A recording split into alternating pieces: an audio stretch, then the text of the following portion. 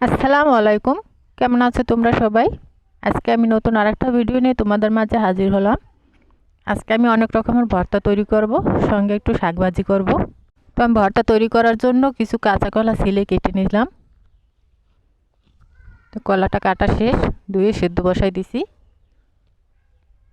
সেদ্ধ হয়ে গেছে, একটা ঝাবিতে নামাই নেব পানিটা ঝরানোর জন্য। পানিটা ঝরতে ঝরতে অন্যদিকে আমি কিছু কুমড়া শাক কেটে নিয়েছি, মিষ্টি কুমড়া শাক।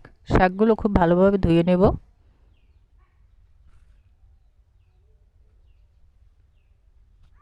তো শাকটা ভালোভাবে ধুয়ে নিয়েছি, এখন পানিটা ঝরাই নেব। দু হাত দিয়ে চিপে চিপে সব পানিটা ঝরাই নেব। এখন একটা চালনিতে রেখে দিলাম পানিটা ভালোভাবে ঝরার জন্য। অন্যদিকে আমি কিছু ধনিয়া পাতা ধুয়ে নিলাম, কিছু শুকনো মরিচের বোট ছাড়িয়ে নিলাম। এখন ভর্তা করার জন্য পেরে রাখা মোরচাগুলো ছিলে নিব, শুধু ভিতরের অংশটাই নিব। খুব ভালোভাবে ছিলে নিয়েছি, এখন গোল গোল করে কেটে নিলাম। তো কাটা শেষ, এখানে দুইটা মোরচা ছিল। এটা খুব ভালোভাবে ধুয়ে সিদ্ধ বসাই দিব। তো সেদ্ধ দিয়ে দিলাম সামান্য একটু হলুদের গুঁড়ো। সেদ্ধ হয়ে গেছে, এখন একটা ঝাবিতে নামাই নিব।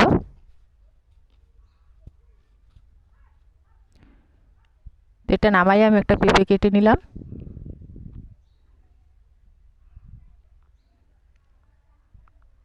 পেঁপেটা একদম কাঁচা ছিল,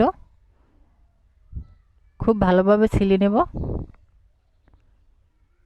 ছেলা হয়ে গেছে, একদম পাতলা পাতলা করে কাটবো।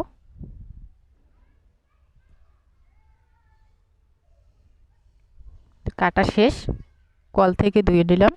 তো পেঁপেটা ধুয়ে সেদ্ধ বসাই দিব।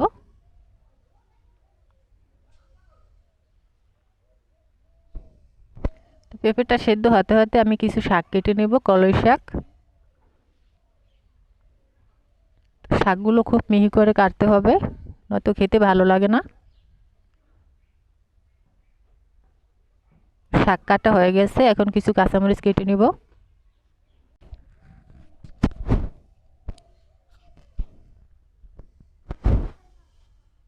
অল্প পরিমাণে কাঁচামরিচ দিছি, যেহেতু ঝাল কমই খাই।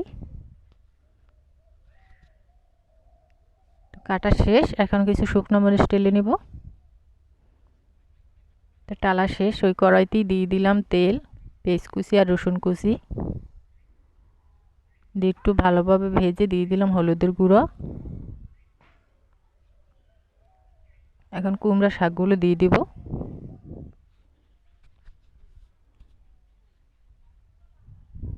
সামান্য একটু লবণ দিয়ে দিলাম, দিয়ে খুব ভালোভাবে ভেজে নামাই নিছি। আবারও কড়াইতে দিয়ে দিলাম তেল, পেঁয়াজ কুচি আর রসুন কুচি। একটু ভালোভাবে ভেজে আবার একটু হলুদের গুঁড়ো দিয়ে দিলাম।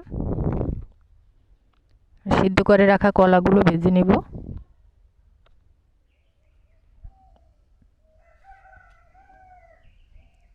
কলাগুলো ভাজা হয়ে গেছে, এখন নামাই নিব। নামানো হয়ে গেছে, ওই কড়াইতে আবার তেল দিয়ে দিলাম, পেঁয়াজ কুচি আর রসুন কুচি। আবারও হলুদের গুঁড়ো দিয়ে দিছি,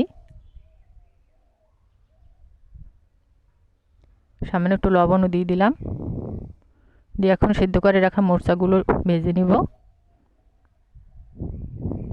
দিয়ে দিলাম ধনিয়া পাতা কুচি, একদম শুকনো শুকনো করব। এতো ভাজা হয়ে গেছে, এখন নামাই নিব। এখন আমি আবার চুলায় কড়াই বসিয়ে দিয়ে দিলাম তেল, পেঁয়াজ কুচি,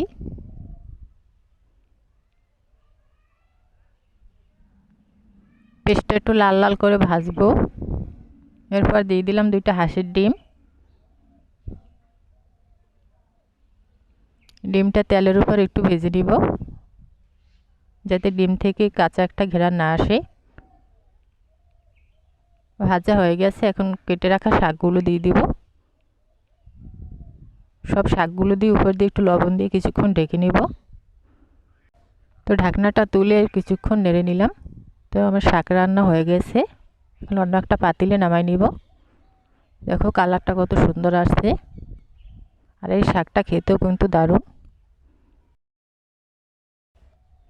এদিকে আমি সেদ্ধ করে রাখা পেঁপেটা একটা স্টিলের গ্লাসের সাহায্যে খুব ভালোভাবে মিহিন করে নিছি। এখন দিয়ে দিলাম শুকনো মরিচের গুঁড়ো, দিয়ে একটু হাত দিয়ে মেখে নিলাম। এরপর আবারও চুলায় কড়াই বসিয়ে দিয়ে দিলাম তেল, পেঁয়াজ কুচি, পেঁয়াজটা একটু ভেজে নিব। দিয়ে দিলাম কয়েকটা শুকনো মরিচ, ধনিয়া পাতা কুচি, একটু ভালোভাবে ভেজে নিব।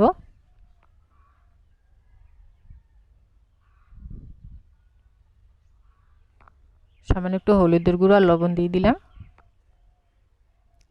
বেটে রাখা পেঁপেটা দিয়ে দিব, দিয়ে খুব ভালোভাবে ভেজে নিব যাতে একদম তেল ছেড়ে দেয়। লবণ কম হয়েছে, আমি আরেকটু লবণ দিয়ে দিলাম। তো ভাজা শেষ, এখন আমি নামাই নিব। কালারটা কত সুন্দর আসছে। তো আমার পেঁপে ভর্তা বানানো শেষ।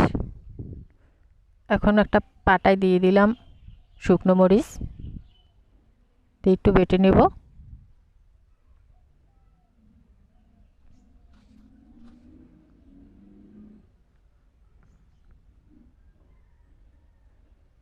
এরপর দিয়ে দেব ভেজে রাখা মরচা,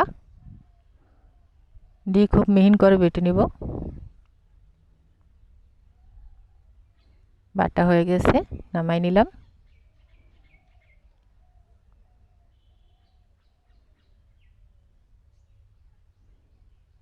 মাশাআল্লাহ কত সুন্দর হয়েছে। আবারও পাটায় দিয়ে দিলাম শুকনো মরিচ,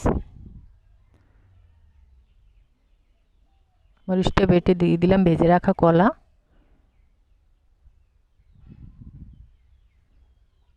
কলাটা খুব সুন্দরভাবে বেটে নিব। তো কলা ভর্তাটা বানানো শেষ।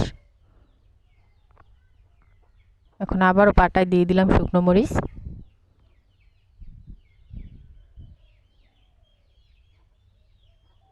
একটু ভালোভাবে বেটে দিয়ে দিলাম ভেজে রাখা কুমড়ো শাকগুলো। শাকগুলো খুব মিহি করে বেটে নিব।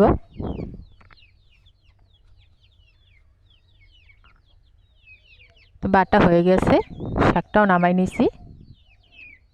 তো অলরেডি আমার সব রকমের ভর্তা তৈরি। এইভাবে অনেক রকমের ভর্তা বানিয়ে ভাত খেতে কার কার ভালো লাগে। আমার তো খুবই ভালো লাগে। তো আজকের ভিডিওটা কেমন হয়েছে নিশ্চয়ই কমেন্ট করে জানাবা। সবাই ভালো থেকো, সুস্থ থেকো, খোদা হাফেজ।